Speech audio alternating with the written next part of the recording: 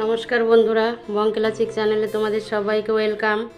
আজকে আবার নতুন একটা রেসিপি নিয়ে চলে এসেছি তোমাদের সামনে। আজকে বানাবো এঁচোড় চিংড়ি। দেখো, আমি ছোট্ট একটা এঁচোড় নিয়ে নিয়েছি। আমি কলপাড়েই 4 টুকরো করে নিয়ে এসেছি।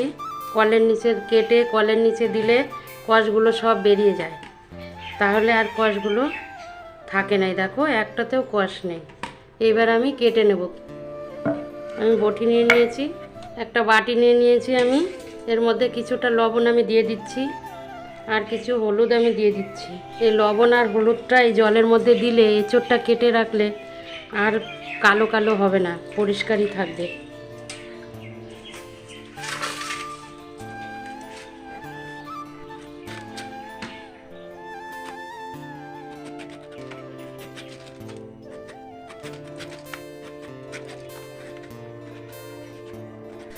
আমাদের বাড়ির এই এঁচোড়টা, বাড়িতে কাঁঠাল গাছ আছে, অনেক কাঁঠাল হয়েছে।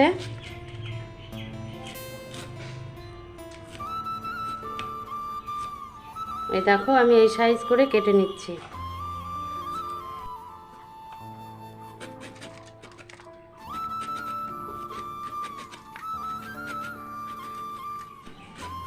এই সবুজ অংশটা ভালো করে ফেলে দিতে হবে, তা না হলে ভালো করে সেদ্ধও হবে না, খেতেও ভালো লাগবে না। বীজ তেমন একটা হয়নি। দেখো বন্ধুরা, আমার হাতেও একটু কষ লেগে নেই। এই দেখো, তেল মেখে নিয়েছি, সর্ষের তেল। বটিতেও তেল মেখে নিয়েছি। এইভাবে আমি সব এঁচোড়গুলো কেটে নেব। বন্ধুরা, আমার এঁচোড়টা কাটা হয়ে গেছে। এই দেখো কত সুন্দর পরিষ্কার কালারটা। দেখো, হলুদ আর লবণ দিয়ে তোমরাও এরকম কাটবে এঁচোড়, তাহলে আর কালো হবে না। এবার আমি একটা প্রেসার কুকার নিয়ে নিয়েছি। এঁচোড়টা ধুয়ে প্রেসার কুকারটার মধ্যে দিয়ে দেবো, দিয়ে সেদ্ধ করে নেব। 2টো ছিটি দিলেই খুব সুন্দর সেদ্ধ হয়ে যাবে।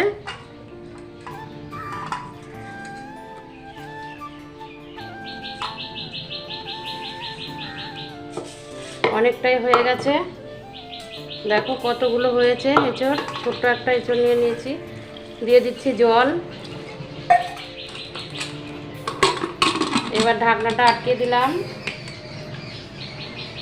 এবার আমি গ্যাসের উপরে বসিয়ে দেবো।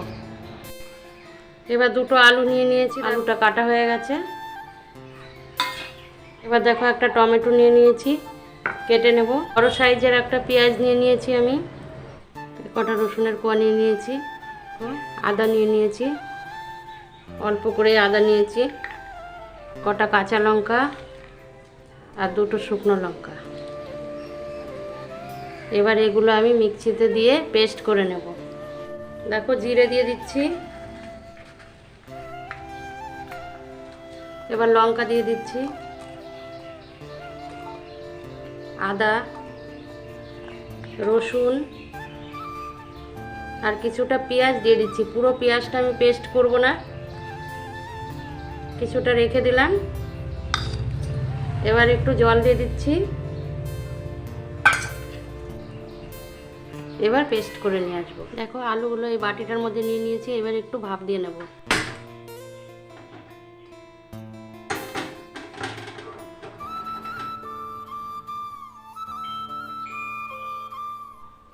কড়াই গরম হয়ে গেছে, দিয়ে দিচ্ছি তেল।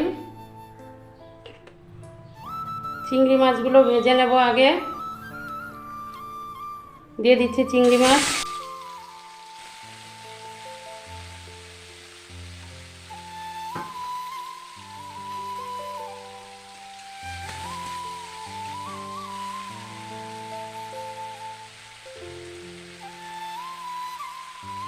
দেখো বন্ধুরা, চিংড়ি মাছগুলো আমার ভাজা হয়ে এসেছে। ইঁচড় চিংড়ি করব। ইঁচড় চিংড়ি কে না ভালো খায় বলো?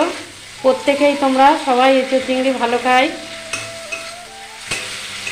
যেভাবেই এঁচড়টা রান্না করো না কেন, দেখবে খুবই ভালো লাগে। এবার আমি তুলে নেব। চিংড়ি মাছটা ভাজা হয়ে গেল।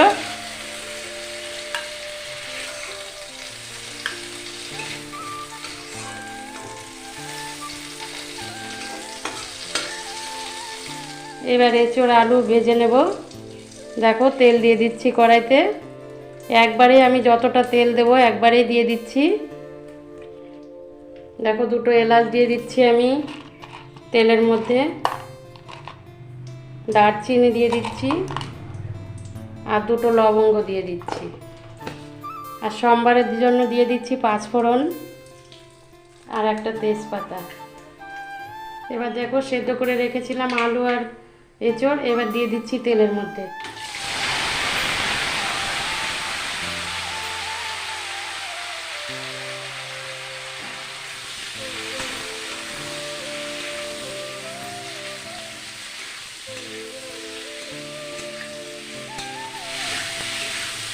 এবার ভালো করে ভেজে নেব।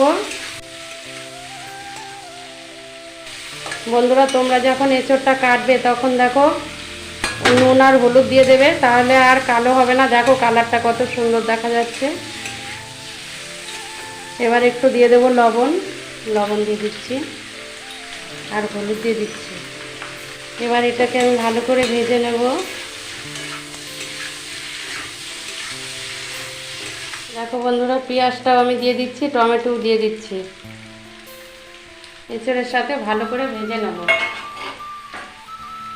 পেঁয়াজটা আর টমেটোটা গলে যাবে।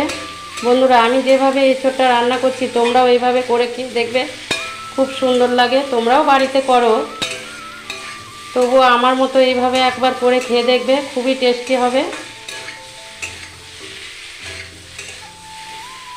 এঁচড় আর আলুটা আমার ভাজা হয়ে গেছে। দেখো এবার মশলাটা দিয়ে দিচ্ছি। এই যে আদা, জিরে, পেঁয়াজ, রসুন, কাঁচা লঙ্কা, শুকনো লঙ্কা সব পেস্ট করে নিয়েছি। এই মশলাটা আমি দিয়ে দিচ্ছি। সামান্য একটু জলও দিয়ে দিচ্ছি, একটু গোলমরিচের গুঁড়ো দিয়ে দিচ্ছি। এবার ভালো করে আমি মশলাটা কষিয়ে নেব।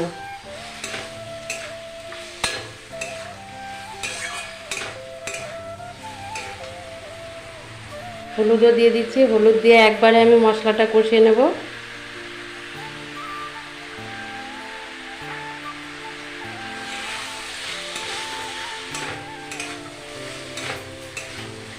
বন্ধুরা অনেকে এই এঁচড় খেতে চায় না কাটার জন্য, অনেকে বলে যে এঁচড় কাটতে খুবই ঝামেলা, কিন্তু না, দেখলে তো আমি কত সহজে এঁচড়টা কেটে নিলাম।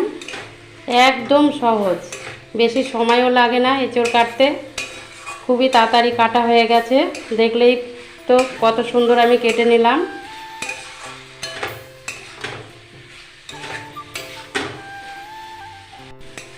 দেখো মশলাটা ভাজা হয়ে এসেছে। বন্ধুরা এঁচড়ের আলুটা তোমরা সেদ্ধ করে নেবে, দেখবে খেতে খুব টেস্টি হয়।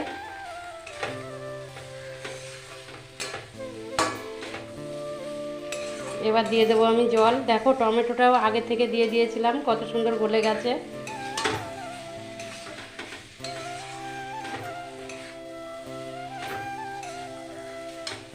এবার জল দিয়ে দিচ্ছি।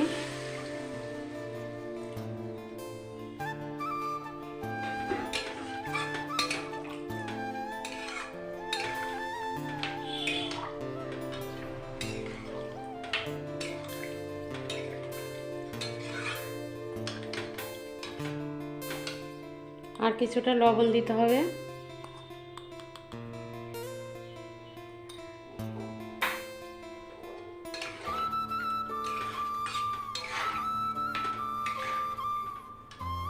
এবার ভেজে রাখা চিংড়ি মাছটা দিয়ে দিচ্ছি।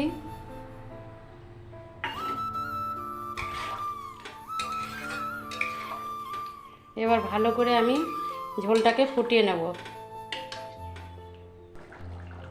চিনি দিয়ে দিচ্ছি একটু। দেখো চিনি না দিলে না ভালো স্বাদটা পাওয়া যায় না।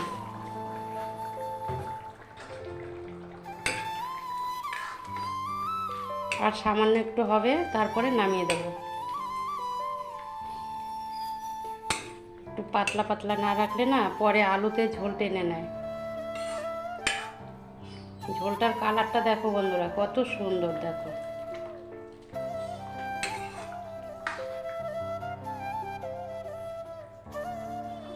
দেখো একটু ঘি দিয়ে দিচ্ছি। ঘিটা দিলে স্বাদটা আরও বেশি বেড়ে যায়। এবার গরম মশলা দিয়ে নামিয়ে দেব।